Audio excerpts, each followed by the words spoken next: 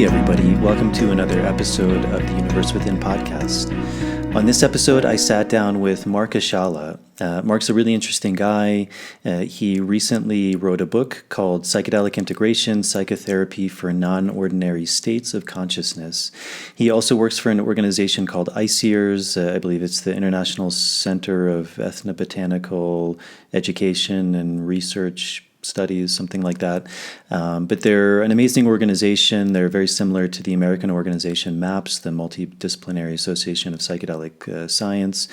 And they do amazing work with the emerging field of psychedelic science, indigenous plant medicine.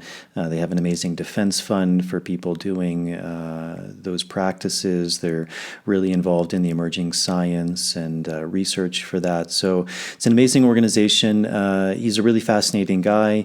I guess you could call him a psychotherapist who's working with the integrative process of people who have had psychedelic experiences, people who've worked with plant medicines, and they need some support after those experiences, which can often open up a lot for people. And having that support from someone who is really versed in how to work with people who've been working in those states is really vital. And with this emerging field and so many people beginning to use and experiment with these substances, it's a really vital field. And so he's written a handbook of how people can potentially work with that. And as he said, it's really written for clinicians, for people working in the therapeutic field, and really I think anyone working with those substances, what to think about when thinking about how to integrate one's experience. So it was a really fascinating conversation for me. He's a really, I think, beautiful guy in terms of his humility, his openness, his knowledge, and his sharing capacity. So I think and hope you all will get a lot from this episode. As always, if you're able to support this podcast, that's a really big help to me to be able to continue to bring on these guests like Marc. Patreon is a really good option. It's a subscription site. You can go to patreon.com. There's a link in the show notes to the Universe Within podcast page, and it allows you to donate to the show, which really allows me to make these shows. There's different tiers you can sign up for. Those different tiers also give you some added benefits, things like early access to shows, bonus material, Q&As. So that's a really big help to me. To all the people who have done that, to all of the patrons, as always, thank you very much for your support. As always, I really appreciate it. And if you're able to do that, that's a really big help to continue to bring on these voices like Marc. If you're not able to do that, as always, some of the really small things make a big difference. So if you're listening to this on YouTube, hitting the subscribe button, turning on the notification bell so that you realize when these shows come out, liking the videos, leaving any questions or comments in the comment section, those things all really help with the algorithms to get the show out to a bigger audience. And then if you're listening to this, the audio versions, whether it's on Apple Podcasts or Spotify, following or subscribing to the show, and leaving a short rating and a starred review on Apple Podcasts is a really big help as well. So I think that's it. So without further ado, here is my conversation with Marc. Running out from the maze, running out from the maze, running out of the maze today. Running out from the maze, running out from the maze, running out from the maze today. I'm running out from the maze, running out from the maze, run out of the maze today.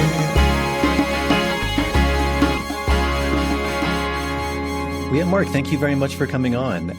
Thank you.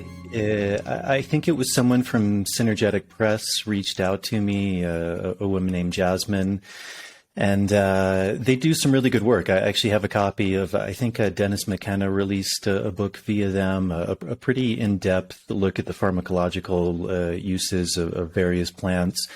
So I had known about Synergetic Press, and I didn't know much about you personally, although I worked for a long time.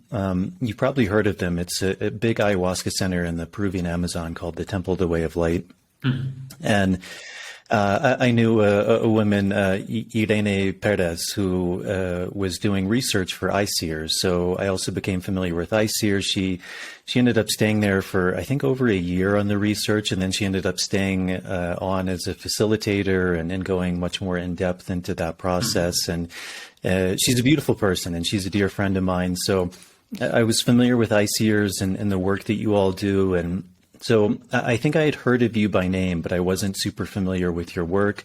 But I think ICEERS is doing really amazing work. And so when Jasmine reached out to me about yourself and the new book that you've written about integration, I thought you'd be an amazing person to have on. So maybe just to start, if you can familiarize the audience with who you are, where you're from, maybe what ICEERS is, and also a bit about your background, how you got to do what you're doing. And, because also kind of this world of, however you want to put it, psychedelic integration, it's very much an emerging field. And so, I don't think there's a real kind of clear-cut path as to how one enters that field as well.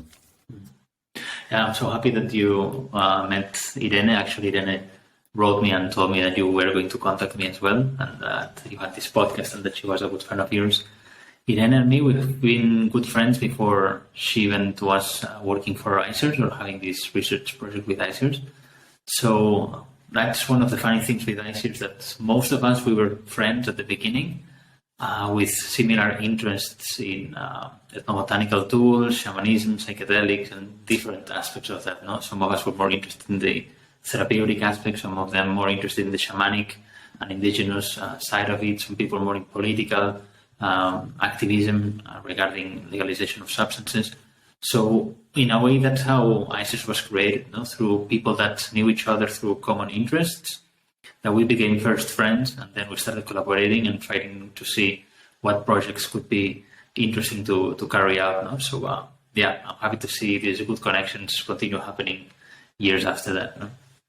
And my original background is in telecommunication engineering. I was an engineer. I studied in an engineering school, but already during my years of an engineer, I was having experiences with plants and psychedelics, and that somehow shaped very much my interests and my view of reality. And somehow I discovered a passion that definitely was not in engineering. And that's why I went back to university, studied psychology, and decided to become a therapist because of the impact that these experiences and psychedelic plants and substances had on my worldview. And then I met Ben Delonen, who's the founder of ICEERS. I think it was to set a date at the beginning was 2010. We were both at Boom Festival, this psytrance festival that happens every couple of years in Portugal.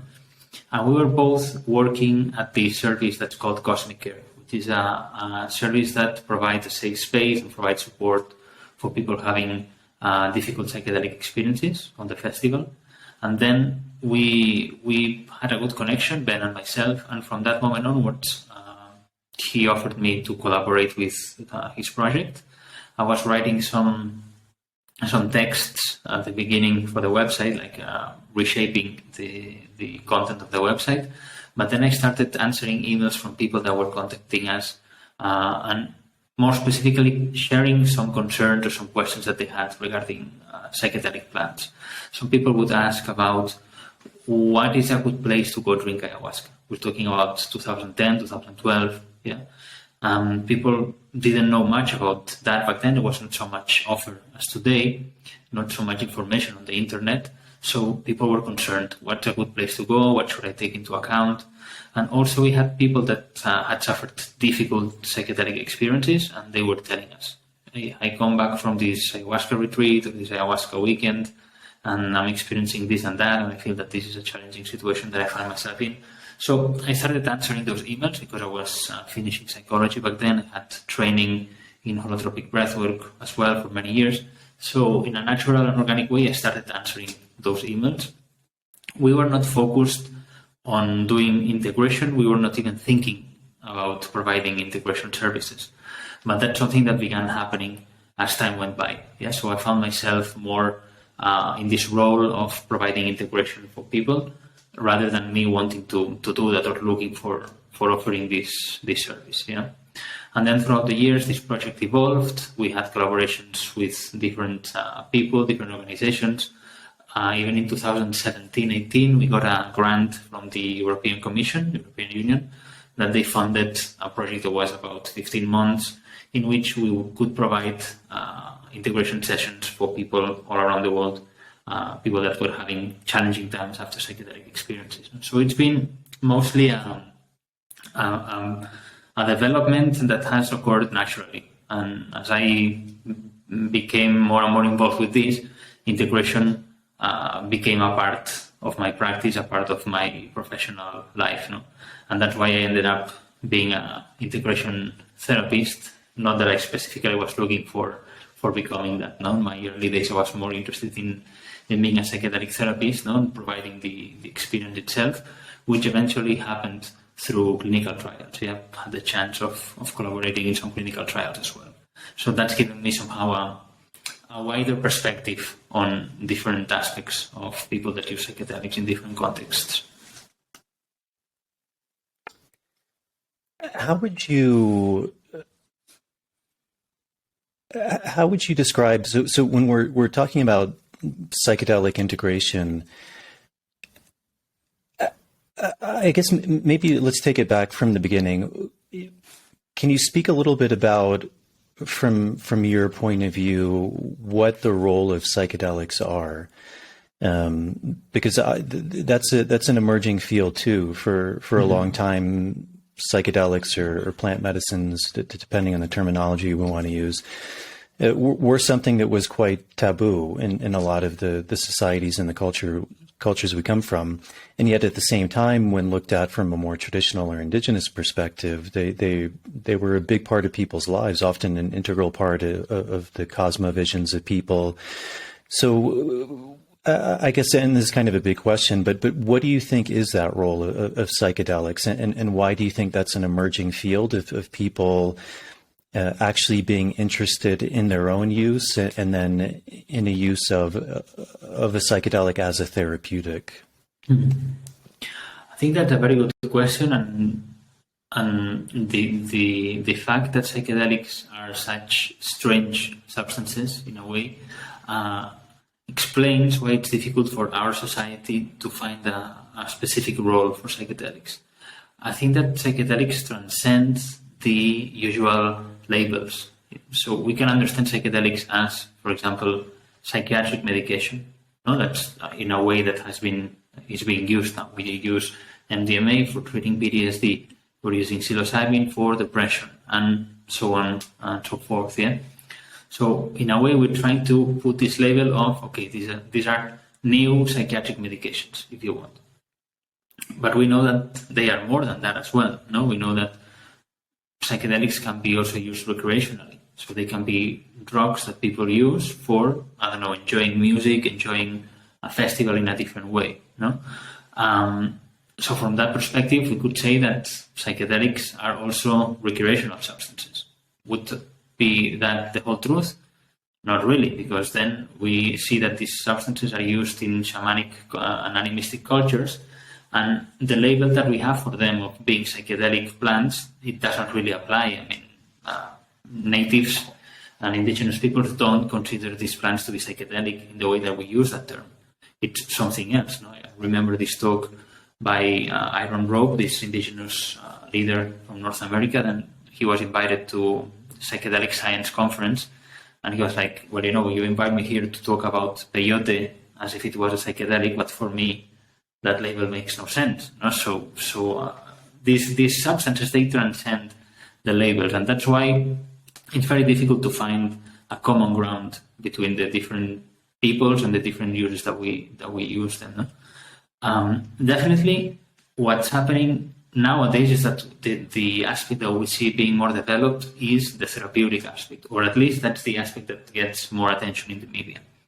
But I would say that a huge number of people do use specifically psychedelic plants, to use a term, in a way that it's not just therapeutically. The shamanic setting is, okay, there's a therapeutic intention, but it transcends also the therapeutic uses. No, we can think about philosophical uses of psychedelics, ontological uses of psychedelics, artistic uses of psychedelics. No, so there's a whole bunch of uses that transcend therapy, even if we start going into them by therapeutic route. Yeah.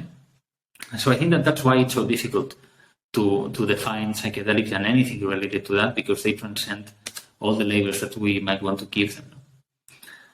So then, when talking about integration, again, there's many different ways of understanding integration, and one of the attempts that one could usually think that could be useful would be to define what integration is.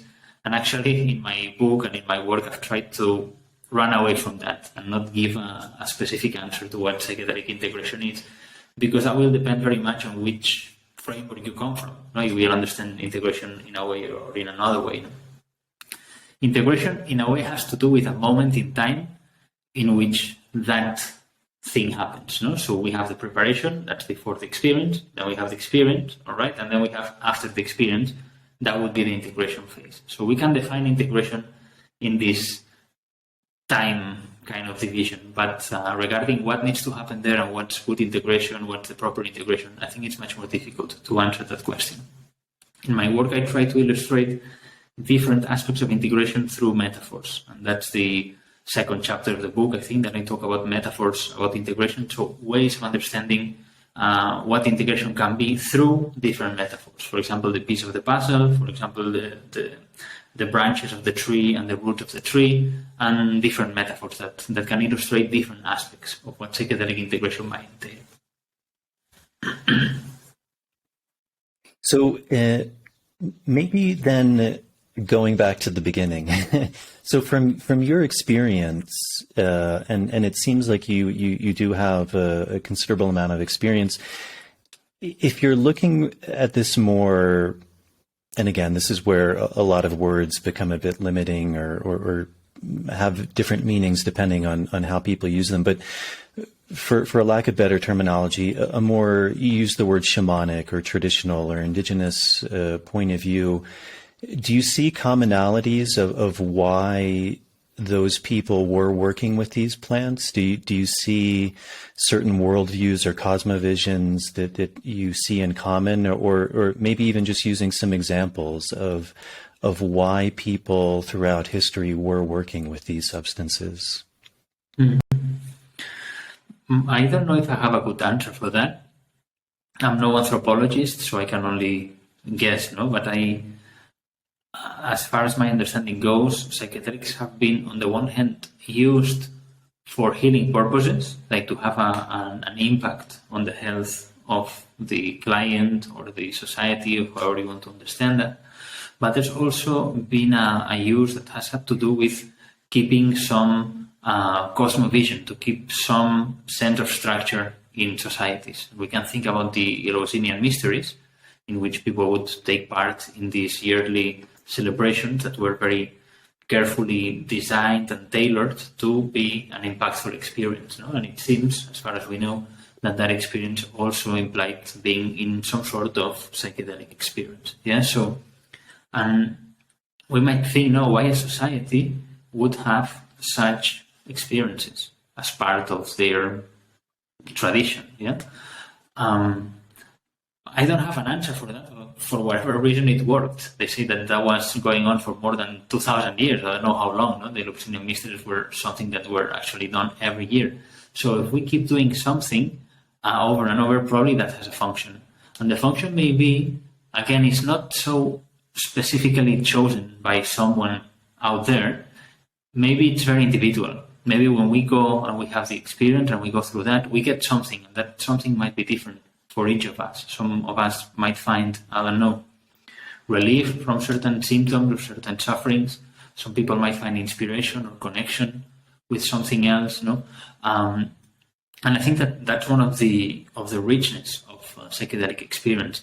That no matter how much you want to explain it, then each experience is very particular, very individual. No? And the way that we make sense of them, the way that we find sense in those experiences is completely individual and personal. And I think that then psychedelic integration also needs to honor that as well, no? And not pretend that the outcome should be something specific, which is one of the challenges sometimes in therapeutic use of psychedelics. No? There's this tendency to assume that a single exposure to psilocybin, for example, will make depression disappear. That would be working only from this medical model. Yeah, we give a substance and depression is going to go away. But many times what happens is that opens a new process. Now people start facing some memories, some emotions, some life situations that they have not been addressing. And that starts a process that can be uncomfortable, that might entail like some suffering, some challenging situations, no? But that's some sort of moving forward to starting to address these issues. So I think that psychedelics also have had that role, no? Being catalysts of change. Yeah, we take a psychedelic substance and we don't really know what's going to happen, but we know that might make things move forward. And I think that maybe in the early times, when we humans discovered psychedelics, it was like, all right, I don't know what I'm going to find there, but there's something that probably I don't know yet that I can gain awareness of through going through this non-ordinary state of consciousness. No? In the holotropic breathwork paradigm, we use the word, or Stan Grof uses the word, that this non-ordinary state of consciousness have heuristic potential, meaning that we can learn by being there, and we can also heal. Yeah, and I think that's what most of us would look for in general terms when we go into these experiences, to heal, however we want to understand healing, and to learn something that we don't know yet. Yeah. So if there's this idea that these plants or substances have been used for thousands of years, potentially, at a certain point, because I think most of the people listening to this are coming from more Western cultures, from the US, from Europe,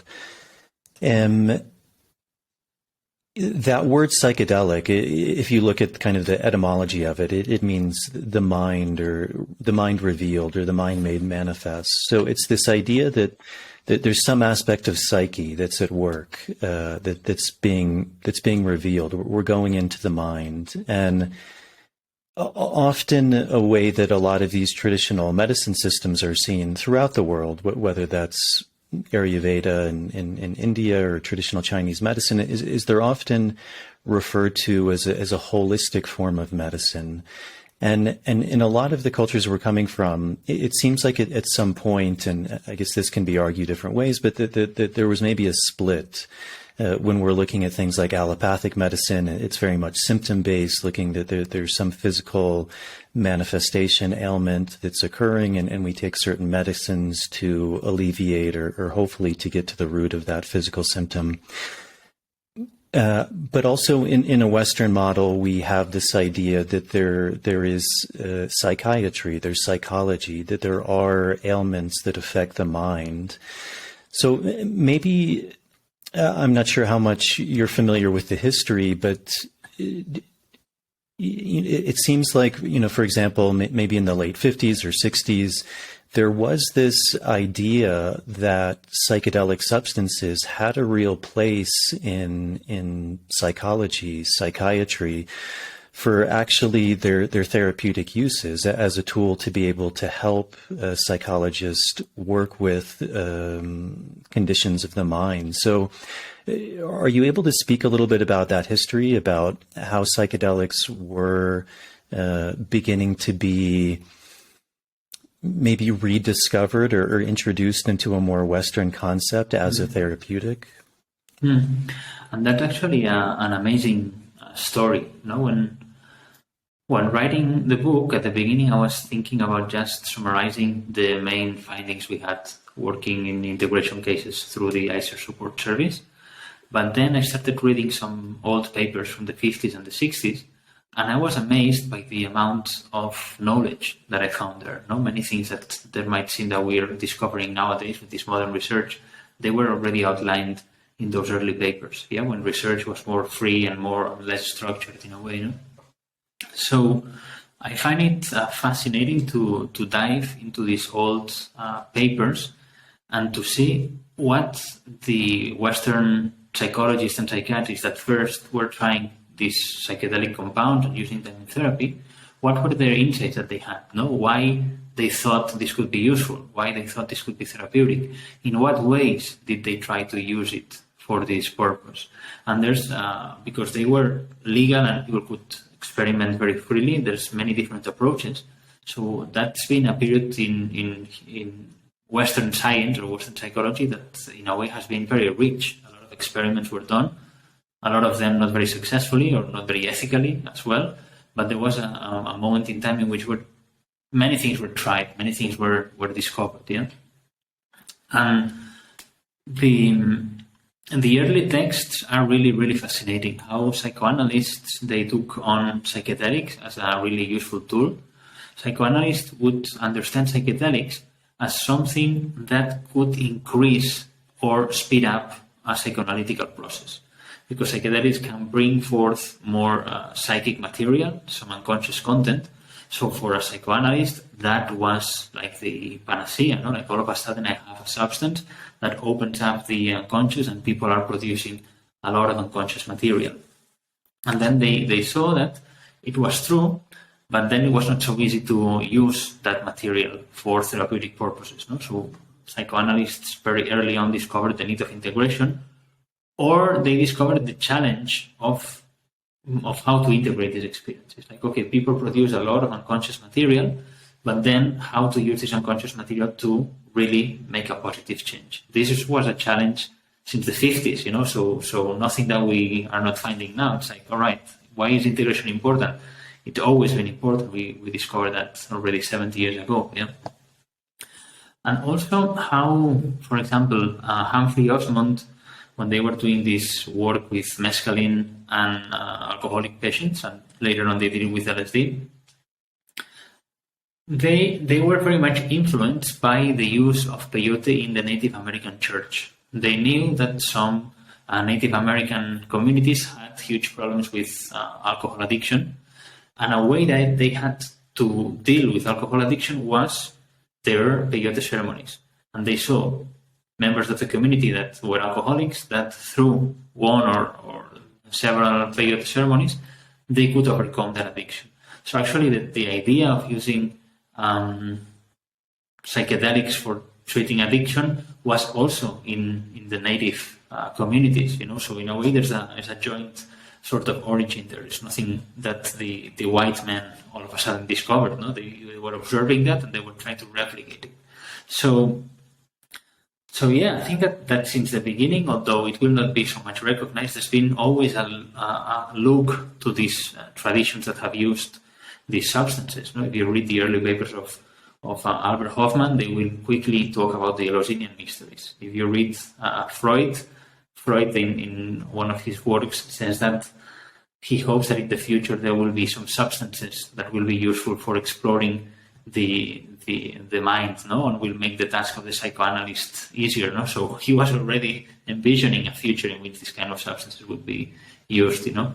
So there's a longer tradition than we think of the use of psychedelics, and I think that a lot of current psychedelic therapists or researchers would benefit from reading these early texts, yeah, because there's plenty of good ideas and also a lot of mistakes that were done back then that we don't need to repeat, no, by reading these papers that were not so serious, they were not peer-reviewed. There was a different sort of research that we do now, but there was a lot of knowledge and wisdom there. No? So that's been part of the first chapter of the book. Actually became this, no? To read through these papers and try to describe what people understood as what integration was back then, what kind of interventions were people doing, where does the notion and the idea of integration come from, no? And I found it fascinating to see that, again, same as it's happening now, there was a lot of emphasis on the experience itself and the content itself of the experience, but then people many times didn't know what to do with it afterwards. They would talk about integration or readaptation period, but it was very difficult to find specific descriptions of what was done during those moments. Same as now, no? When people say, I'm an integration therapist, it's like, okay, well, what do you do? How does integration look like? How do you practice integration? It's very difficult to understand, to have precise descriptions how to do that, So I tried to report of what kind of practices I could understand that they were doing back then, and also describe with as much detail as I've been able to the kind of practice that I do. So other therapists can read, can look into that and say, okay, this is how this guy does it. I can copy this, I can copy that, or I want to change this or change that. No, but at least to start describing more what can be done in these integration sessions.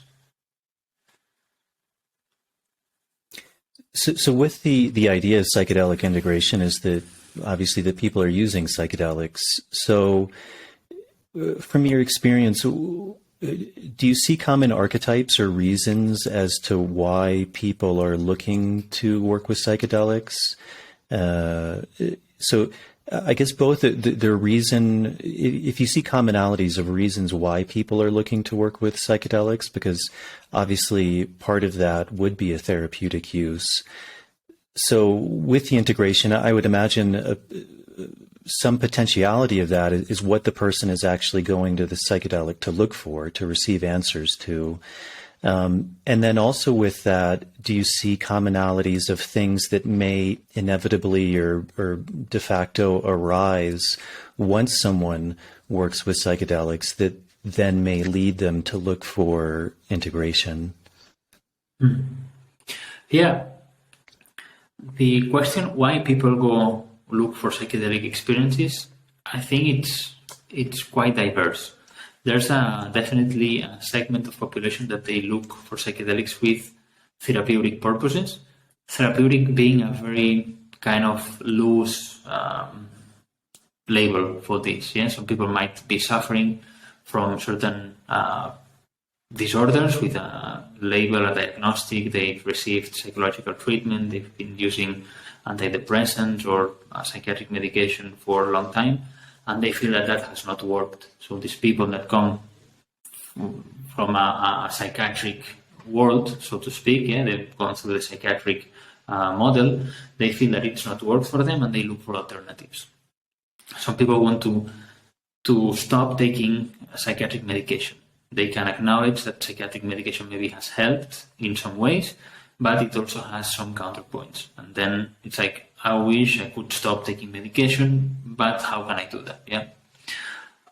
There's people that they go for therapeutic purposes, but which would not fall into the clinical category. Yeah, people with like normal day-to-day suffering, problems with partner, problems with daily anxiety, grief, losses of relationships, or so all sorts of human suffering. Yeah, which I think that what in the end people we are looking for is a place or a model in which we're gonna be supported.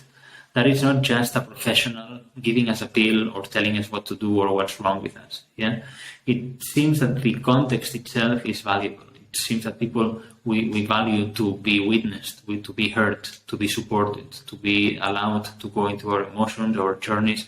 So I think that experience itself can be very healing, and a lot of people look for that because psychedelics on maybe one of the more healing aspects of psychedelics is the experience of connection. We can connect with other people. We can connect with, the spiritual realm, with God, with nature, with creation. We can connect with other people. And that's why psychedelics are used in festival settings, because somehow they dissolve or loosen the boundaries in which we feel so constrained, and then we become part of something larger. Yeah. So I think that this capacity that psychedelics have of allowing us to step out of ourselves or to see beyond ourselves, that's something that we are looking for. Not so much the disappearance of a specific symptom, which might or might not happen, but I think that in the end we're looking for something that goes beyond ourselves.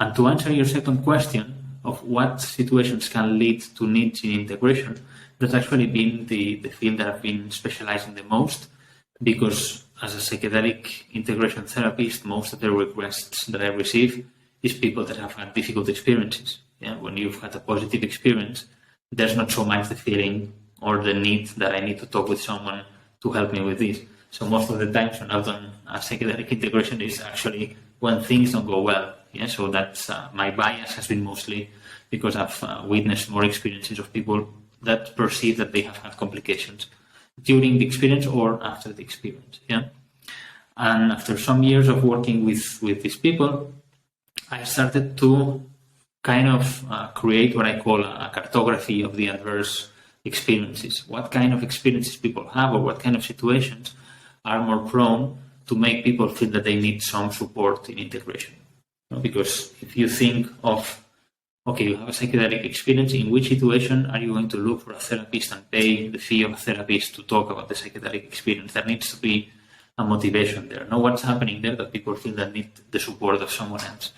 And then I came out with 7 different categories that I described quite in depth with the book, but that have to do with the lack of preparation, experiences that have not resolved because they were difficult, very traumatic experiences during the psychedelic journey that can look pretty much like psychotic breaks, or people, what I call repeated experiences without integration, people that take and take and take for several months, and then they end up quite disoriented, or people that had had prior psychological disorders, and somehow through the use of psychedelics they become reactivated. And also people that discover what sometimes is called like recovered memories. I discovered that I had trauma in my childhood that I was not aware of. That can be a situation that usually requires support afterwards. And also when there's problems with the facilitators or shamans, like abuse, neglect, malpractice, lack of experience, so all these sorts of interpersonal situations. Those are the categories that I found the most in my work.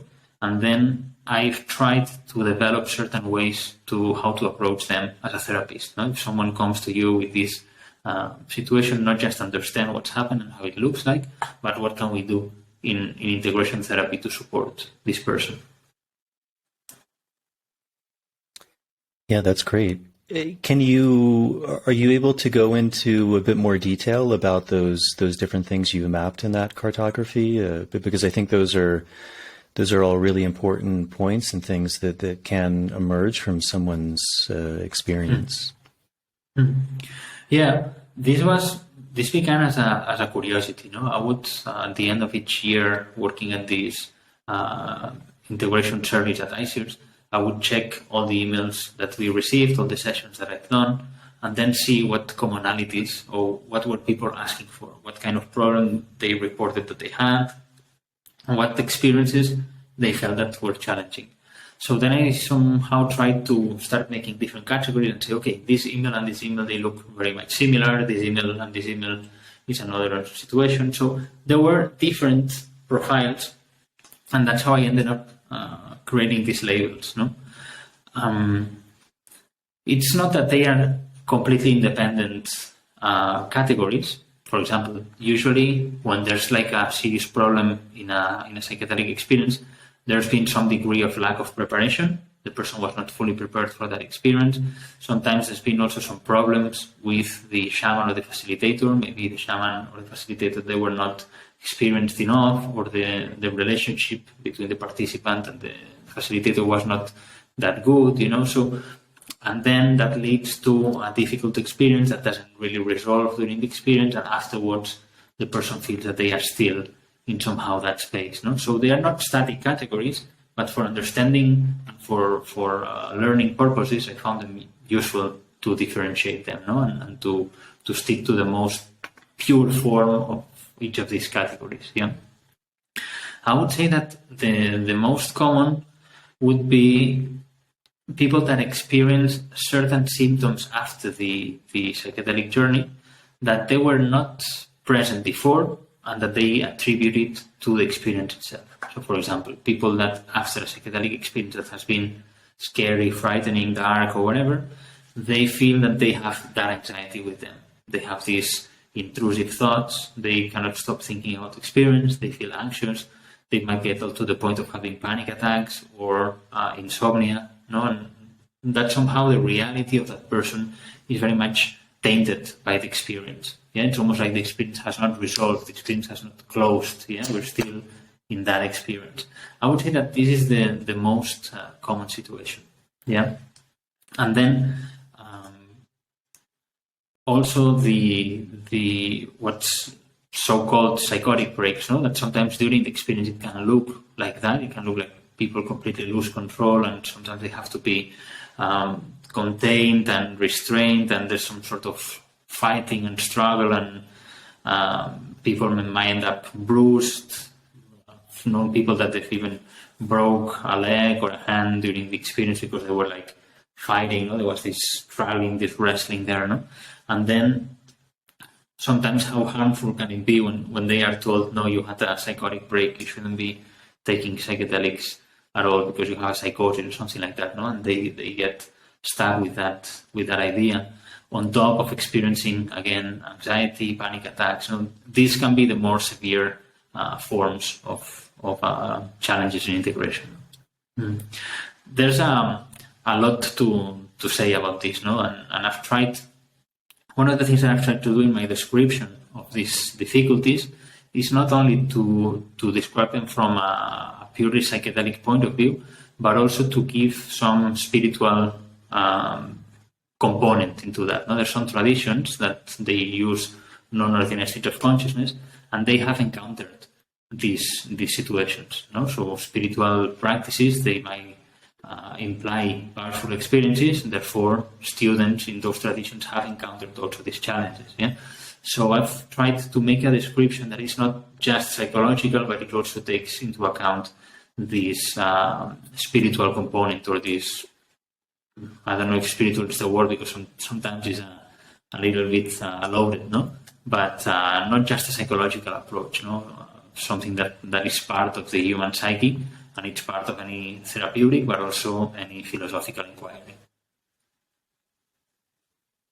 You mentioned a couple times a really interesting thing that seems to be one of the real challenges of integration, but also during the process itself, which is this interpretation of things as well. And one of the things you mentioned was this aspect of, for example, something that seemingly wasn't there before, but that emerged from the substance, whether that's a break or anxiety, something that's coming up. Do you think there are different ways of looking at that? For example, maybe that was something that was already there prior to that was dormant, and that the substance brought up, or it exacerbated it? Or is it that it wasn't there at all, but the substance actually brought that on, like bringing something from the outside in as opposed to allowing something from the inside to be revealed? And also, I think it relates to this idea, which can be very, very tricky. Often people, when they're in that experience, something may be revealed to them. And there's often this then question, is that, and this gets back to maybe a deeper point too, of what could be called psychedelic or hallucination versus reality, that someone has an experience. It's very often manifested as maybe a trauma, something that happened in their childhood. Was that real? Was that something that actually existed in their past, how we would call reality? Or is it symbolic of something else that's maybe trying to teach them something else? And I would imagine both of those can be true. But from your experience, is there a way that you work with that, or maybe commonalities that you found with this idea of what's actually inside being emerged, or are there things from the outside that potentially these psychedelics are bringing up? That's a crucial question, and it's very difficult to resolve this conflict, because from a Western psychological point of view, and our worldview or cosmovision in the Western world is mostly that things are inside of our mind, and when we go into a psychedelic journey, we're accessing something that is inside. We're somehow opening some doors and becoming aware of that. Yeah. So every Westerner will adhere to this worldview more or less. Yeah, we all have that understanding. In shamanic societies, that they might have this, but definitely what they have is that there are things on the outside that will have influence on our psyche. There's energies, there's entities, there's the spirit of the ayahuasca, there's the spirit of the plants, and there's a communication and interaction between me and those elements that are outside of me.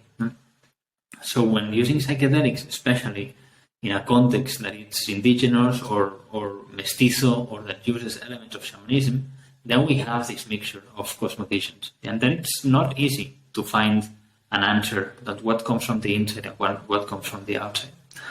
That is a reality. Nowadays, things are being like that. We're using psychedelics in that manner. I think that what is important for an integration therapist is the philosophical ground in which you stay. Yeah, if you take part of, you choose certain worldview, then you're gonna be seeing things through that worldview. So, for example, if someone that has been in this shamanic experience, they have had contact with an entity, and the entity was doing whatever.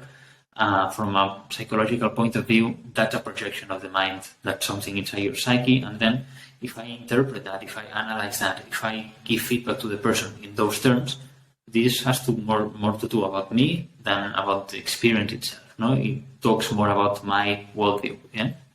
The other way around is also true. If I'm a shamanic practitioner and I see someone discovering some sort of trauma or going into some fears inside, they might say, no, this was an attack from the outside. This has not to do with you, someone that's attacking.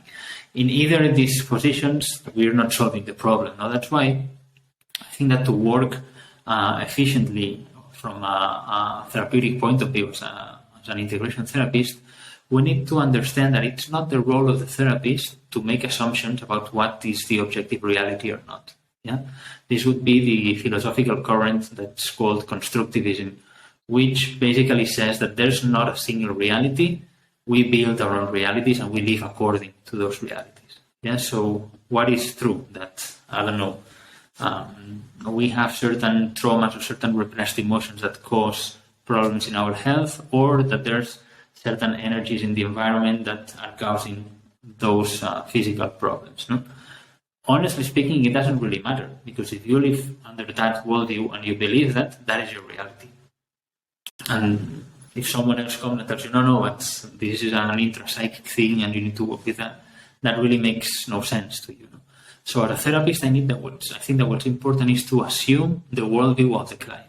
So if a client comes and says, you know what, I've gone to an ayahuasca experience and I've had the experience of an entity or an energy or a shaman that was far away come and attack me. Yeah, whatever your beliefs are, that doesn't matter. You need to work with that experience, because that's the experience that the person had. You know, so my way of doing psychotherapy, I'm not so interested in interpreting the experience of the person under my own prism, but of interpreting the experience from their point of view and seeing that maybe there can be other points of view, but really honoring the worldview of the person, because in the end, that's why they are experiencing problems. It's like, all right, within your worldview, within your experience, something is conflicting. So let's see if we can solve it within that, inside of that understanding.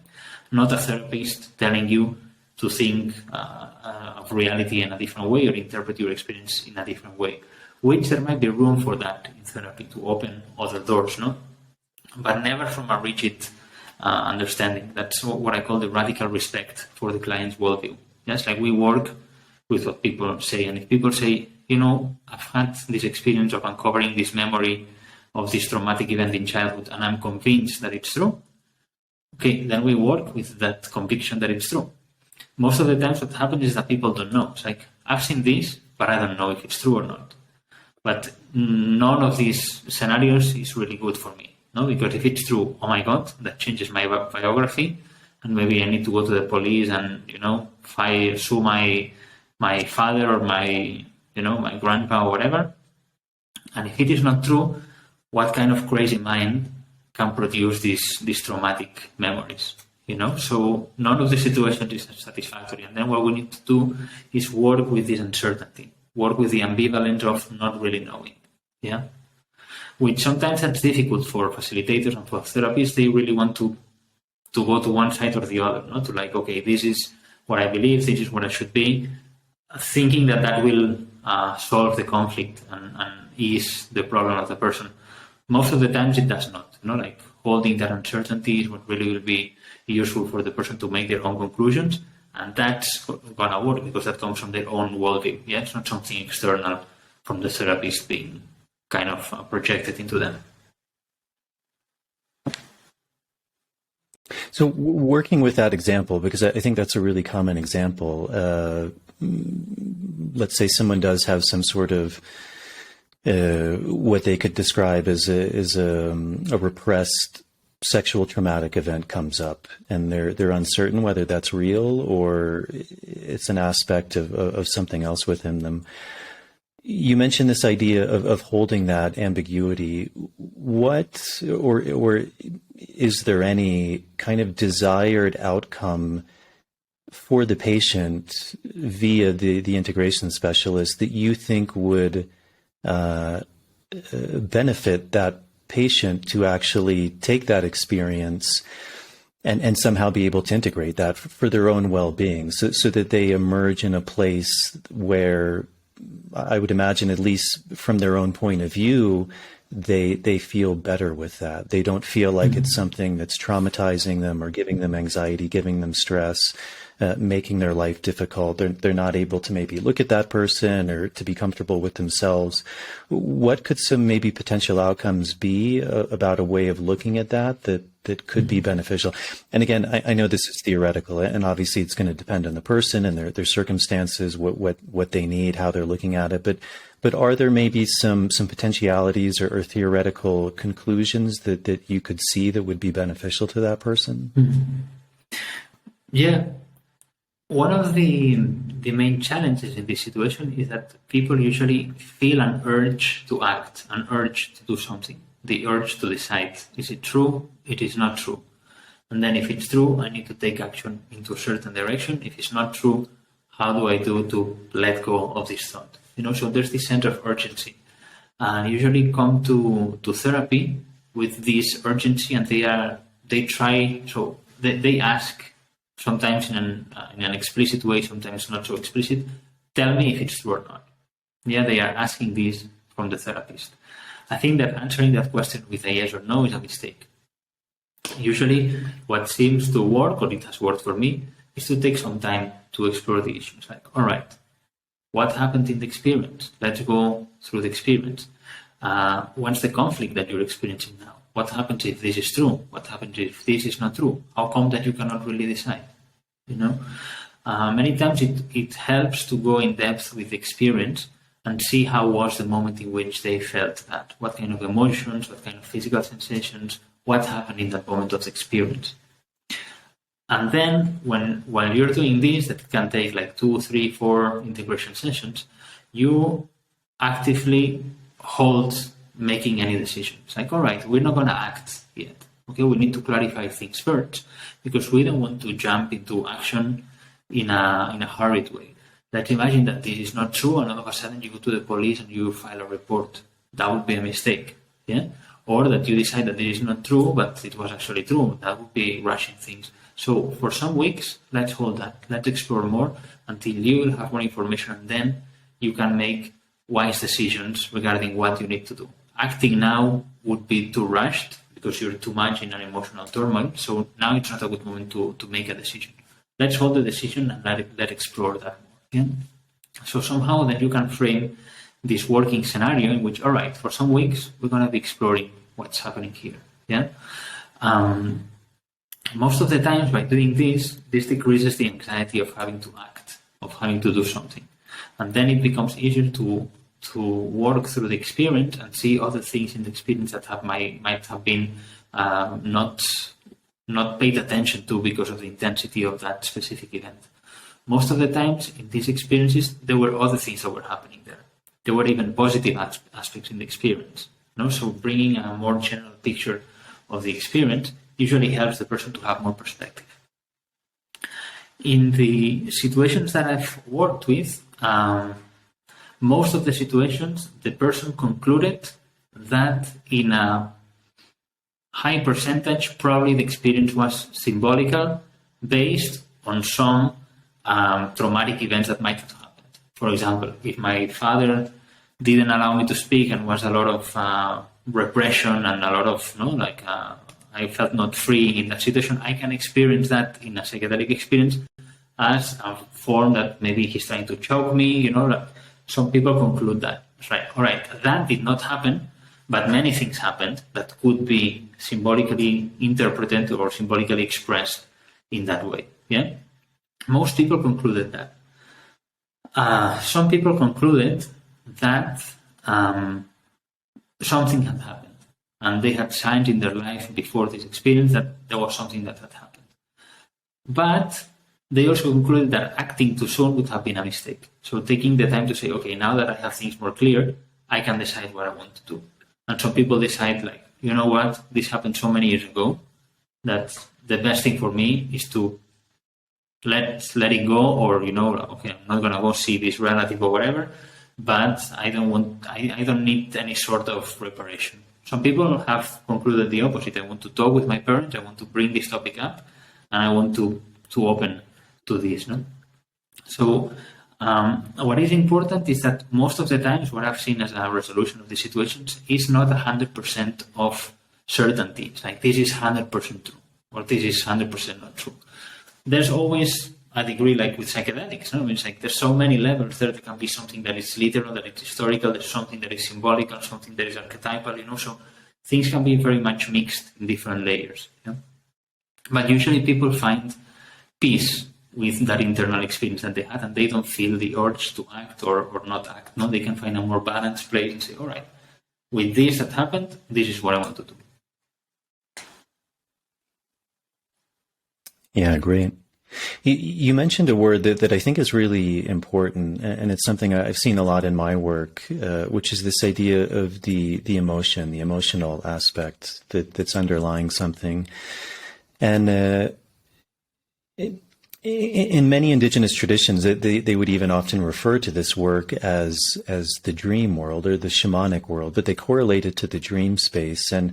And often in the dream space, I think maybe it's a state that's a little more accessible to people because we all dream every night, and most of us have some degree of recall. But usually, even in our cosmovisions, in our worldview, we take dreams to be not literal. Like very few people, I think, look at their dreams and say, "Well, this is literally what's happening." Usually, there's some understanding that there is a symbolic nature behind it, but you know, always, again, whether you take that dream to be literally true or symbolic, there always is an emotional component behind whatever is happening. Whatever the symbol is or the reality, whatever the act that's happening in that dream space or in that altered state, there's always an emotional aspect behind it. And it seems like that emotional aspect is really a key to what's happening because, again, however we look at that, whether it's real or metaphorical, that emotion is real. That can't be denied. Mm-hmm. The emotion is present. Yeah, absolutely.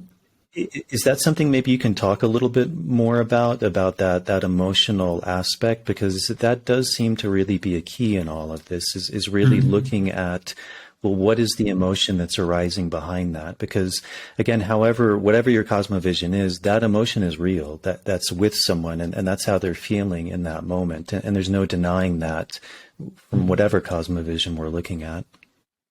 And that's what for example, Claudio Naranjo, who worked also with an ordinary state of consciousness, he calls that dimension the subjective reality. It's like we don't know if that's real or not. But that's been your experience. I mean, the experience of going through that's been real. The emotions that you've experienced are real. The visions that you had, in a way, are real. I mean, it's something we don't know if happened before or not, but you've had those visions. The thoughts that you're having, they are real because you're having them. You know, so despite that being based on any factual truth, that experience is subjectively truth for you. So let's work with this subjective reality.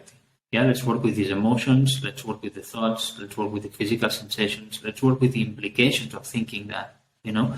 That's why I think that's important how we philosophically position ourselves there, no? Because if you have the hurry to get to a certain truth, that might get in the way of working with these more subtle things that you're saying, these emotions. You know? Like if we try to rationally understand and rationally explain what's happening, we don't know so much what are we feeling towards that, which most of the times, that is a challenge. People don't struggle so much with the memory itself, with the experience itself, but with the emotions that are arising because of that. You know, so I think that giving space to explore that in a non-judgmental way and bringing a more complete experience, which is not just the visions or the content, but also the present emotions that the person's feeling towards that, So in my experience, once the emotions are worked with and somehow they lose the urgency, people can respond in a much better way to these situations, to the point that then they don't feel that they need support with that. Which in the end, that's what a psychotherapist is looking for. It's like, what does this person, or at least in my way of understanding any sort of support, that what does this person need to feel supported, and then to feel that they don't need more support, that they can handle things on their own. So when working with the emotions and somehow clearing those emotions, most people feel that they can continue going on with their lives and making their own conclusions and doing their own integration about the experience. Yeah. So in my way of working in integration, I don't aspire to get to the 100% resolution of the situation and the person is somehow super enlightened. No, I'm more humble in the objectives. Like, okay, what does this person need to feel that they can deal with this on their own, that they are regaining control of their lives again, and they don't feel like overpowered with whatever experience or whatever emotion they've had. Yeah. One of the things you said, which I think is an important point, you mentioned that many people maybe come to integration because they have some sort of psychiatric label or condition that maybe through whatever approach they've been working with, whether that's Western medicine or psychotherapy, they haven't been able to resolve. Something like anxiety, for example. Maybe someone has anxiety and also maybe they label that as some sort of a disorder, like I have an anxiety disorder. Or I also think of like PTSD, for example, post-traumatic stress syndrome. And it seems like there's maybe conflicting views as to the benefit of that and also the potential limitations of that. I mean, even when I think of PTSD now, often people, they take the D off the end of that because calling it a disorder is maybe in a way feeding that or looking at it as if it's something that shouldn't be there, where it may be a natural response based upon what someone went through. But if it's seen as a disorder, then it could potentially not be recognizing the benefit of that too. So do you have any sense of with these labels, like, what is the benefit of having those? Because it also seems like if they're not recognized, if they're not seen as being something, then that can be potentially damaging too, if you kind of push it away and you're not, naming it by name, that this is something I'm dealing with. But then the converse of that, is there a disadvantage of naming something as a disorder, or something that's a label that is me, rather than potentially something that could be a natural response that needs to be resolved, rather than kind of another layer that I add on top of me? That's a really, really good question. And it's a tricky matter because, as you say, many times finding a label for what we suffer gives some sort of relief, in the sense that, okay, I'm not alone. There's more people that suffer from this. This is a shared sort of problem that a lot of people have. So there's other people like me. And that can be relieving. There's a name for what I have, yeah? But the dark side of that once there's a name, it's very difficult to get rid of that name. Now, once you've been given a label, it's difficult to get that label off. Even if people that have gone from psychiatrist to psychiatrist, they tend to have many different labels, and psychiatrists many times don't agree with the previous psychiatrist label. No? So on the one hand, I think that it's helpful to use labels to normalize suffering. It's like, okay, there's a lot of people that have had this, and we call it PTSD. Okay. But then at the same time, there's this self-fulfilling prophecy that can happen once you have this label. And then you start looking at everything that you do, everything you feel, everything you experience, every reaction you have through that label. Because I have PTSD, I'm experiencing things that way. Because I have treatment-resistant depression, That's why I experience life like this. And then it becomes, in my opinion, like a self-fulfilling prophecy, in which you start seeing things black or white, and then it becomes really difficult to see what would my life be like without this disorder or without this label. Yeah, it becomes somehow part of who you are. I was recently working with someone that it took him some years to discover, to say that, okay, I have PTSD. I've had these and these and these experiences, and I'm experiencing these challenges in interpersonal domains, these intrapsychic challenges as well. I have PTSD. That became part of his personality. Yeah? And then at some point, after some years of inner work and doing different sorts of experiences and different sorts of therapy, he was wondering, I don't know if I should continue thinking that I have PTSD, because somehow that modifies my reality a lot. I relate to people through that. I have to tell people that I suffer from PTSD. Somehow it becomes part of my identity, and then people assume that I will have these and these and these sort of tendencies or these and these problems, So it is the relationship with labels. I think it's complicated, especially in our Western world, and more now that in order to receive an MDMA treatment, for example, you need to score on the PTSD questionnaire. No? You need to have the diagnostic. And then once you've gone through the trial or the treatment, if your score is below 35 or whatever, then you don't have PTSD anymore. But then it's just a number, you know what I mean?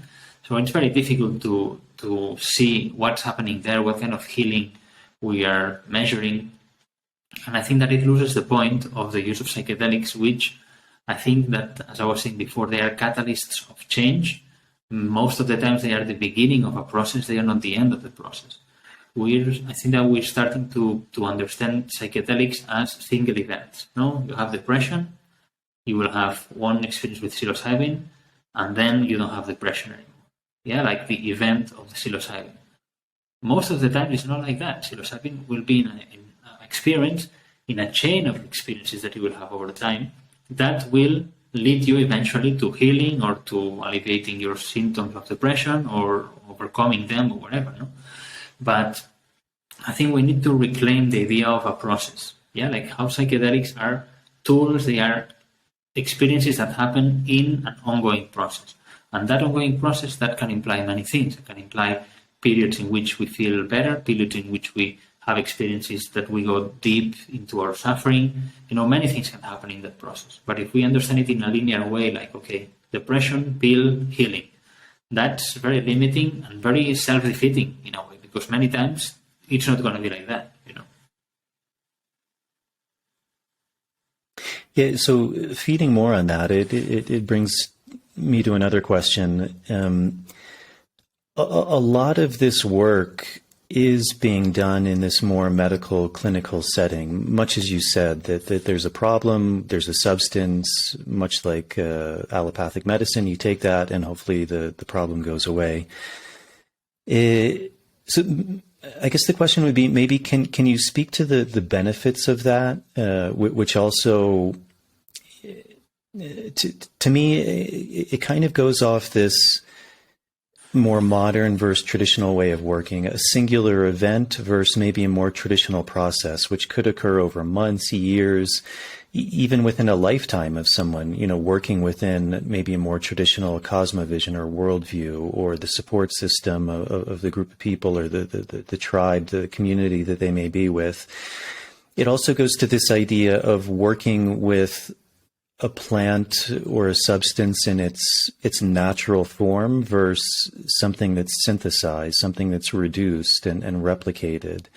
And it seems like there's kind of these two ways of looking at things, which I think you alluded to in the beginning. A lot of this is very difficult to speak about because there are many ways that these things can be worked with. But I guess the question would be, can you speak from your experience about the benefits and the potential drawbacks about working with synthetic medicine in a clinical setting with this idea of a more psychological based approach? What are the benefits of that, and what are the potential drawbacks? And then also maybe from a more traditional way of working with a plant in its entirety, working within a cosmovision that may also recognize other aspects rather than just a psychological aspect, that as you said, there's maybe a spiritual component, which I think for many people seems like a very foreign concept, that my problems or my psychological problems have nothing to do with even that word spirit. Like, that would just seem very strange to that person, that could even be potentially something that may be needed to be looked into as part of this more holistic system. So I know that's a big question, but maybe if you can speak about some of the positives and maybe the drawbacks of those systems. Yeah, I think this is a question that we all need to ask ourselves, and the psychedelic medicine movement will have to answer in a way, no? I think that there's many positive things in having psychedelics be part of the medical model. I think that this is something that needs to happen, yeah? As long as we don't forget that if we're just seeing psychedelics as psychiatric medication, we're just seeing a part of it, yeah? That's not the whole thing. I think that one of the positive aspects of clinical trials and the medicalization of psychedelics is that it will make these treatments more accessible for people. People that maybe are not interested in shamanic practices or traveling to foreign countries and having these out of ordinary experiences, they will be able to have this experience in a context that feels more familiar for them. They will feel safe. Some people feel safe by having someone with a white coat being in a hospital or whatever. No, some people feel safe in that setting. There's nothing wrong with that.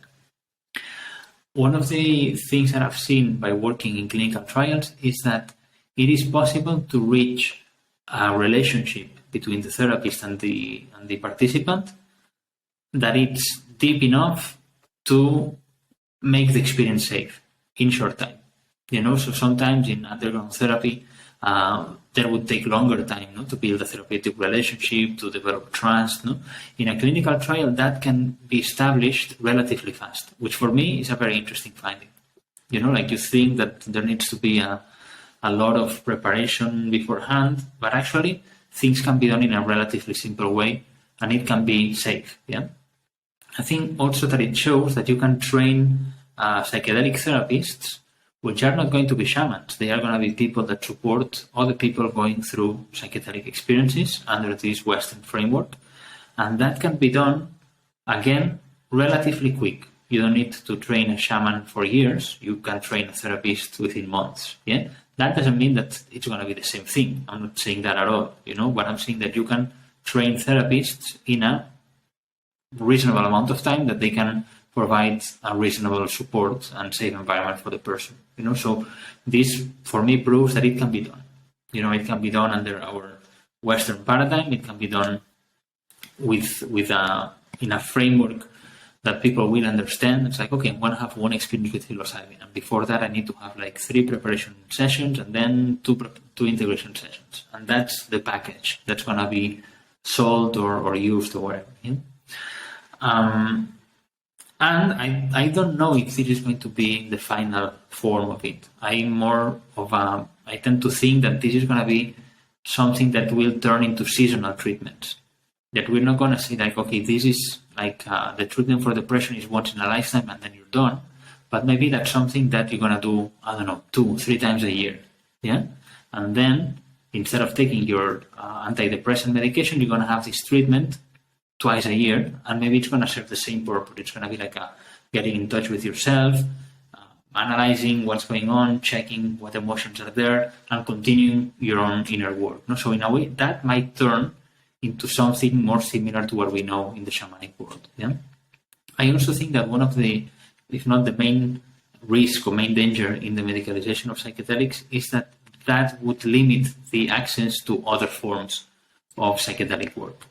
be it shamanic context, plant medicine, or even, how could we say, like psychonautic encounters of adults, healthy adults that want to create their own ceremonial spaces. Yeah, maybe there's not a shaman, or they just self-organize that. No, who is going to be allowed to give these treatments? Who are going to be the psychiatrists or the psychologists that are going to be allowed to provide this treatment? So I think that that's the danger. No, that once this becomes part of the mainstream, someone is going to decide who's qualified, who's not qualified, who can access, who cannot access.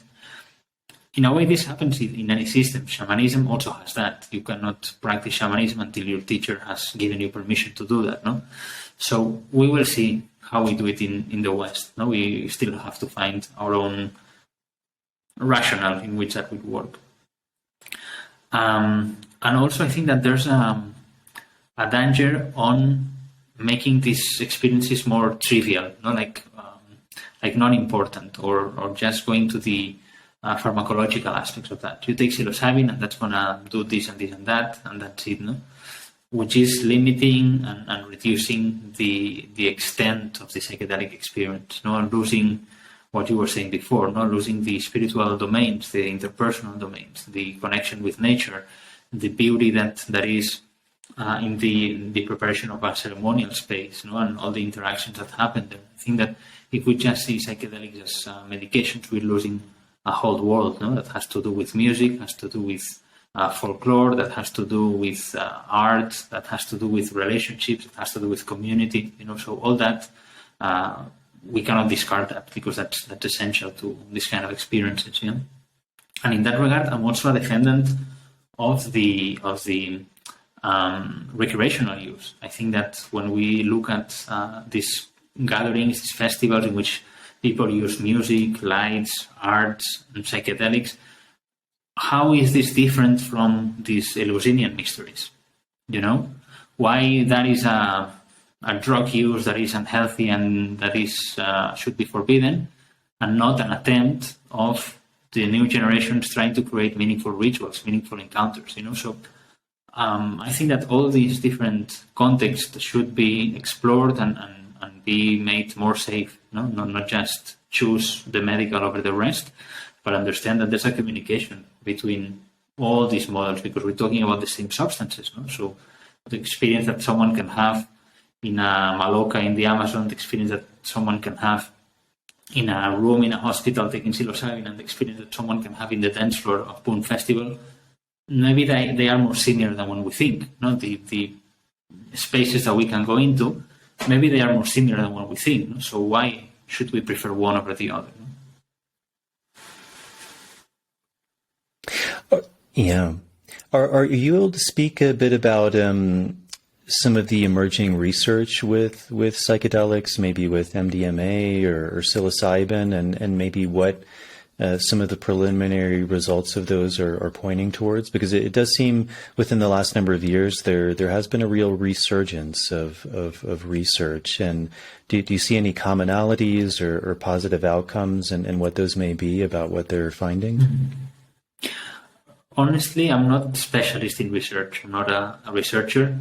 And my understanding of research and the results that research shows is very limited. So my role has been more of a clinician, therapist, and speaker, author, and thinking about this stuff. And I'm more focused on how to do the therapy itself, how to support people during the experience itself, rather than the therapeutic results according to modern science. So I don't think that I can give you a very good answer for that. I believe that if the FDA, they think that MDMA and psilocybin are breakthrough therapies, they will probably have the reasons to consider that this is something that's working. Yeah. So what I can tell you is what I've seen as a clinician in the clinical trials. I've seen people improving a lot. I've seen people not improve so much.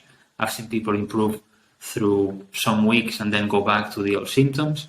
I've seen people that after their initial psilocybin experience, they've looked for other underground therapists or other psilocybin places in which they could have another experience. You know, so I would say that there's a lot of variability in what people experience and the benefit that they experience. What I think that can be assumed, and or it has been proven already, is that this can be done in a safe way. In the West, we can also administer psilocybin, MDMA, these sort of deep experiences in a safe way. So I think that for me, that's the most important takeout. That people, they might improve more or less, but we can do it safely. And I don't think that psychedelics should be somehow judged as they would need to work on 100% of the cases. It's understood that no medication will work for everybody. It's already assumed that antidepressants, they work for a third of the people. They don't work for another third, and some other third of people, they get even worse with that. So why should psychedelics be different? Psychedelics maybe will work for some people and not work for some other people. And that is okay. People should be able to choose to look for the treatments that work for them. And we should be able to apply those treatments in a safe way, and that's it. Same thing that we have plenty of different plant medicines, different practices, different native peoples, different indigenous ways of working with medicine. And they are all okay, as long as things are done in an ethical and with knowledge and with the proper training, so, yeah. Yeah, that's a really important point. So, speaking of the safety, it seems from your experience that these substances can be administered in a really safe way.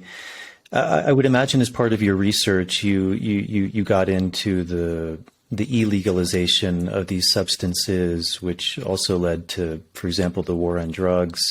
But certainly one of the major premises of that was that these substances are unsafe, that people are going to have psychotic breaks, that they're going to start killing people. Do you have a sense of where those ideas emerged from? Because it seems to be quite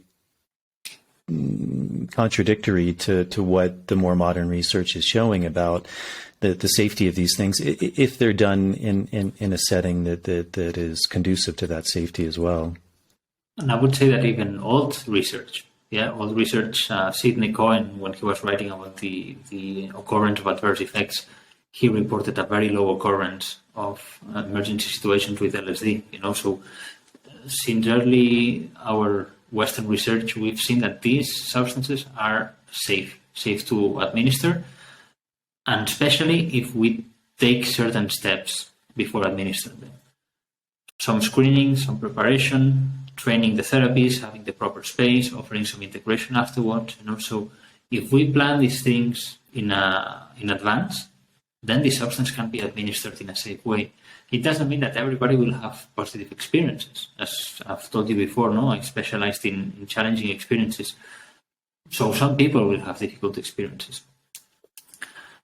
Our responsibility is to try to reduce the occurrence of these negative experiences, to be able to support them, and to provide support afterwards. Because many times what an experience might start being seen as something challenging, it can evolve into something that can be positive afterwards. Yeah, it's like working through that experience and understanding it as a process and not as a single event.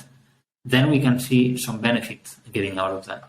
And I think that that's the one of the objectives of integration of difficult experiences. We work with the main symptoms, we work with the anxiety, the sadness, the panic, or whatever's happening after the experience. But we hope that we can get to a point in which people will also find some value in that experience. And I would say that is, most of the times that's the case. People can say, oh my God, that was very scary and somehow traumatizing, but I can also see that I got something out of that, So yeah, trying to reduce the occurrence of challenging experiences, but then understanding that if they happen, we can also safely support them. Yeah.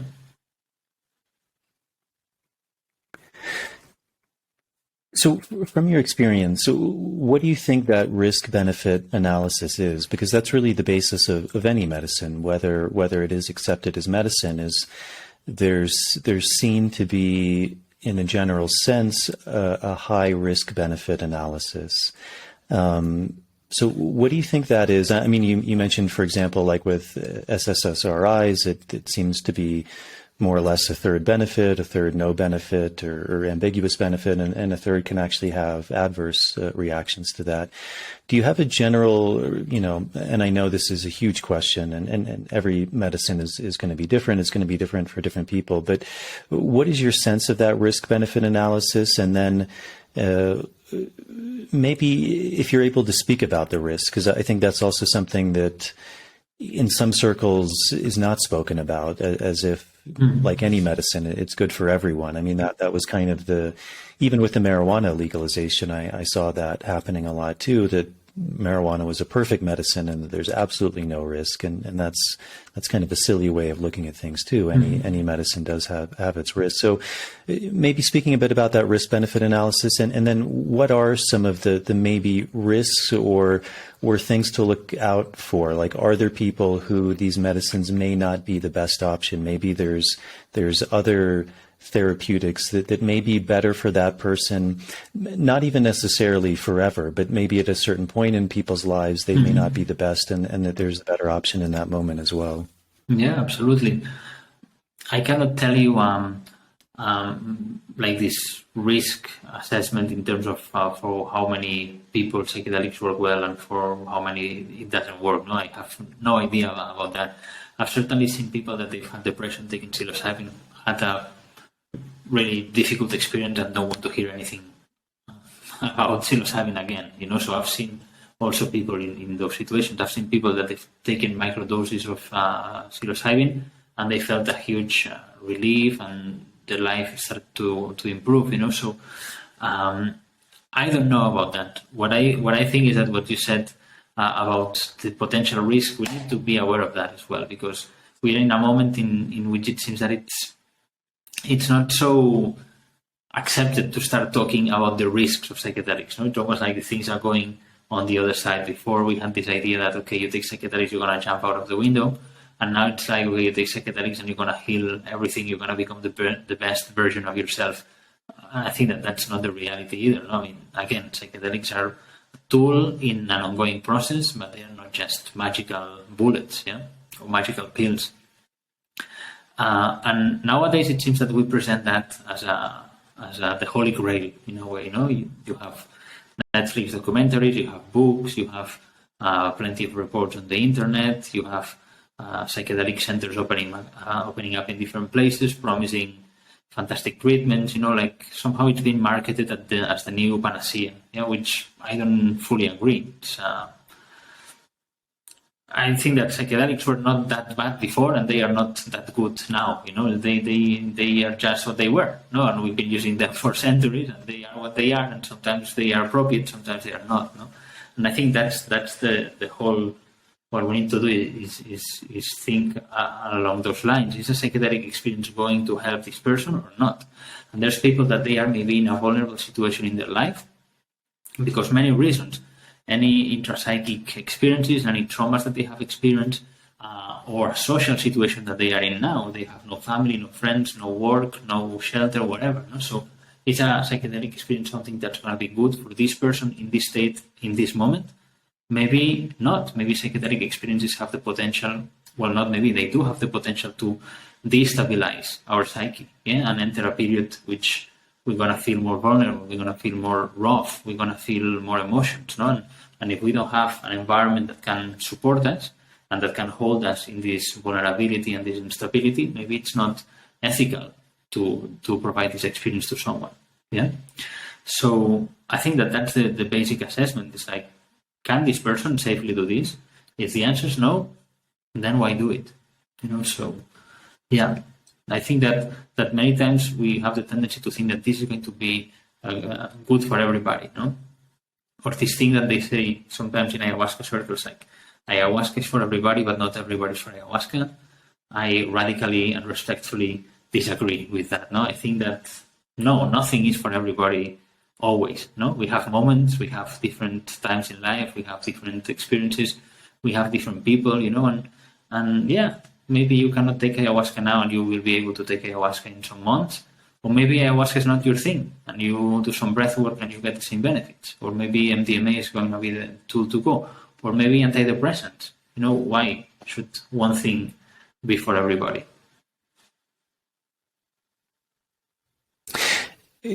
Going to the other side of that, I saw a clip where you spoke a bit about the war on drugs, and that seems to be, I think, something that we often don't take into account too, is when something is demonized or illegalized, there's a whole host of repercussions that come from that we may not have thought about in the first place. I mean, it's again one of the classical pillars of medicine, which are what are the side effects of any given action, and that's a huge aspect of that risk-benefit analysis too. And I heard you say it, I think, really beautifully, where you said the war on drugs is really a war on people. Can you speak about that? I think I said that many years ago. I don't know in which context I would have said that, but yeah, I mean, in the end, it's people who decide to use substances, no? And when we have certain laws that they tell us what we can do, what we cannot do, what substances we can take and which substances we cannot take, you're punishing the people for making decisions. Sometimes making responsible decisions and informed decisions, no? And we're seeing it now, like in the United States, all this talk about marijuana incarcerations, no? And how that's going to be revoked, and because it's been seen that was a mistake. No, we're not making laws or regulations to make society safer, but we're just punishing some people that decide to do certain things. No, so yeah, I believe that I'm not so much into politics or legislation and this kind of stuff. No. But with the therapeutic model, I think that it's something similar. No, we should make treatments accessible for people. We should make treatments of quality, with expertise, with ethics. No, but we should not force any treatment to anybody. We should allow people to decide their own way of accessing health. No, so if people cannot do that because, I don't know, MDMA is illegal or psilocybin is legal, or it can only be done through one specific company or one specific government or whatever, then we're going against people. So it's not about the substance, it's not about the drug, it's about people that want to have access to that. No? So I think that's one of the challenges that we have ahead. No? How can we make this accessible in a safe way and in a context that people will feel comfortable with? No? And again, those are going to be very different contexts for different people. So, yeah. Do you have any sort of sense of whether it's a rational experience-based sense or an intuitive sense of where this work is heading in terms of legalization? Because it does seem there is a big push for certain substances being legalized, that there's a lot more research into certain substances. Do you have any sense of the direction that this field, I guess you could call it, is moving towards, or is it still very up in the air? Well, as far as it seems, it's going to be these treatments are going to be legal pretty soon. It seems that MAPS is working toward having MDMA legalized in 1 year, 2 years, no, and psilocybin something similar to that, maybe a little bit longer, but it seems that it is happening. But again, society is even more surprising than that. No, we have these decriminalizing movements happening all around the US, in which you can buy mushrooms, you can. No, so this is already happening. Somehow, a lot of people have access to this kind of treatments through unconventional ways. No, it's not that this is already an approved treatment, but you can go and you can buy your mushrooms and you can take them with someone else. No, so. Really, I don't know what it's going. I think it's going faster than anybody anticipated. Really, no? If you think about 10 years ago and how things were 10 or 15 years ago, and nobody was dreaming that today we could have this amount of psychedelic clinics and psychedelic retreat centers, and the FDA calling it a breakthrough therapy, and so I think that it's surprising that things are going so fast. So I have no idea. I don't think where this is going. I think we will see some surprising things, like pharmaceutical companies trying to produce psychedelic compounds without the psychedelic effects. No, it's something that you can administer more like a normal medication. No, that will have some sort of effect on depression or PTSD or whatever, but it will not have the subjective experience. That would be interesting, no, from a market point of view. Probably we're going to see things that we're not yet expecting, no? But hopefully we will see more knowledge, more savoir-faire around how to facilitate these experiences, and people will also be more educated and be able to choose what kind of experience do I want. Do I want to go to a shamanic practitioner? Do I want to do it in a clinical setting? You know, so I think that's also happening. People are becoming more educated as we go. Mm-hmm. Yeah. You said that psychedelics are tools, which I think is really important. And then we were also speaking about this idea that they may not be for everyone.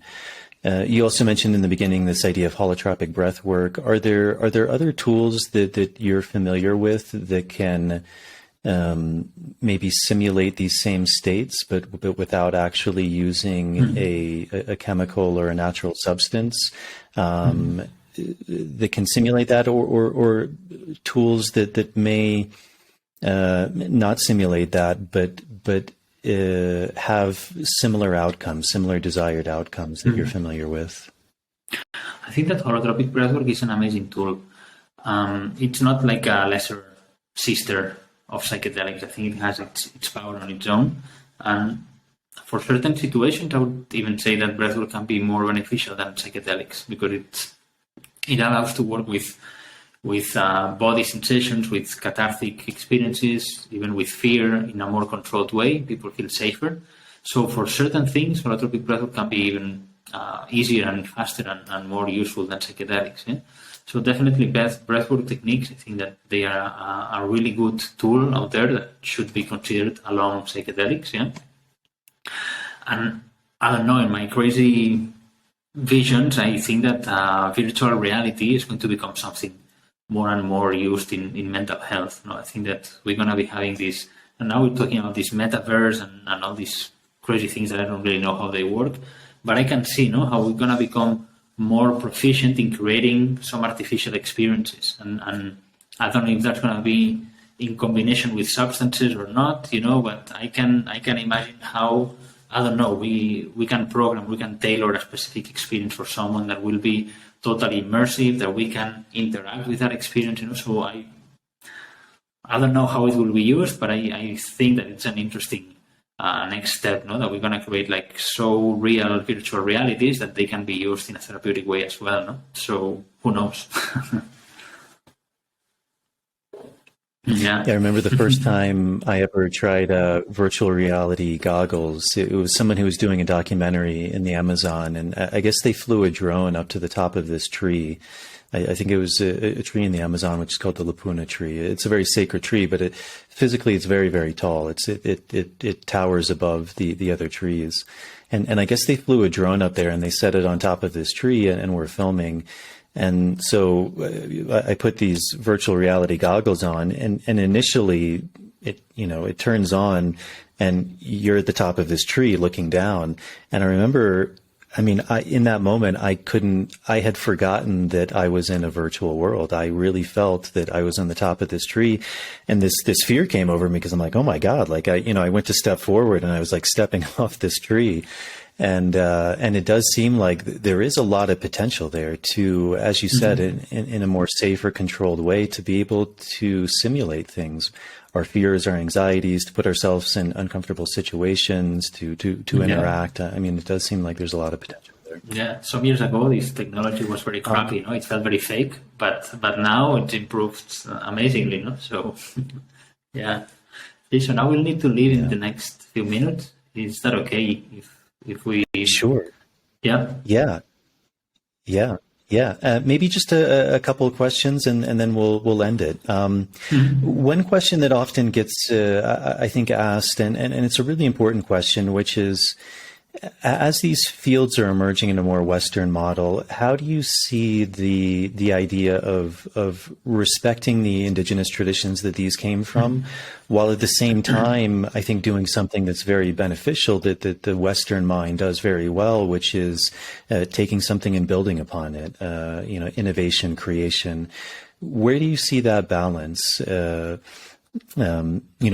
I was even thinking, I spent some time with the Matses people in the Peruvian Amazon, and one of the things is a lot of their medicines, it was called like biopiracy, like they were basically stolen and synthesized and then used as medicine, but they never received any compensation for that. So, and it was a bit what we were talking about too, this balance between a more traditional way of working and a more emerging way of working. Do you see that there is a balance or how that can, like, what is a best practice of honoring a tradition, of taking something, but then also creating something new as well from that? I don't know if we need to worry about the creating something new bit of it, because we're already doing that. No, there's a lot of Westerners going to shamanic traditions and learning from there and implementing certain practices, modifying them in the West. No? So maybe the medical model can learn a little bit more about how shamans are trained, how important it is to go through your own training before administering these experiences to other people, and take that humble approach there. Like, all right, there's not just a medication, there's has also to do with the person that is giving it, yeah. But I think it's a very complex situation, and I don't know what's the best way to support indigenous peoples. On the one hand, I think that the answer has nothing to do with the psychedelics or the plants themselves. It's more like give them their land and let them do their thing, So if they have a place and an environment to do their practices, that's the way to ensure that these practices are going to survive, yeah. If people don't have the autonomy to do that, it's going to be very difficult. No, if they depend on our economy to continue their work. Again, that's why I'm not so I don't know, I have an ambivalent relationship with this modern interest in shamanism. I can see how it can have an ecological footprint. All the Westerners traveling to the Amazon, all the retreat centers, and this idea that there's competency between them and they need to modify the practices, the shamanic and traditional practices that they do in order to meet the needs of the gringos, as they say. This is difficult. That's why I think that so making sure that they have the land and they have the capacity to decide their own things and live in peace according to the tradition, that's the best thing we could do. And also to find our own ways to access these experiences, that we're not dependent on cutting ayahuasca from someone else's country or land to have our own experiences, that we don't depend on extracting the material goods from them. So for me, I think that that's what we can do. But I don't know. I think that any decision that has to do with indigenous people should be somehow decided with them or allow them to decide. One of the things that many times happens is that they feel that the white man comes and they decide for them with the pretext of being it for their own good, And I don't know. I think that they should be able to decide what they want, communicate it, and then have I don't know if it's a debate, agreement, or whatever, but they should be able to decide their thing. And I'm happy that this is also happening. There was this indigenous encounter in Brazil, if I'm not mistaken, not so long ago. That it was an indigenous meeting for indigenous people, and they organized it themselves, so I think that that's what we can do. Let them do their thing, because otherwise it can be patronizing. So. Yeah. In your new book, you mentioned these 11 metaphors. Is there significance to that number for you, or it just happened to be 11? No, it happened to be that they developed as time went, So I collected them and I put them there, but not the 11. Yeah. It's just there by chance. Maybe in the second edition it's going to be 12 or 13. Who knows? Yeah, great. Well, tying this back around, I guess the final question is, how would you define integration, psychedelic integration? And I think another question that sometimes comes up is like, why integration? And is there an end to integration? Like, can we ever integrate something? So what does that look like to you, that idea of integration? Like what is kind of an outcome where you could, in a way, safely say like, okay, I feel this person is either in the process of integrating or they have integrated something sufficiently. I mean, you mentioned one thing, which I think is really important, is this idea that they're able to handle it on their own. Is that how you would ultimately define it?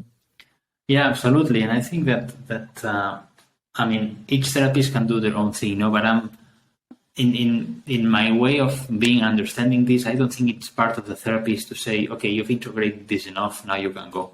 It should be the other way around. It's like, I've integrated this enough, I don't need your support anymore, and that's something that I always ask my clients at the beginning of the process. Like, how will we know that our sessions need to finish? What needs to happen so one day you tell me, hey, Marc, you've helped me a lot, but I don't need you anymore, And that's what I'm looking for always, That's what the person tells me, so we work in that direction.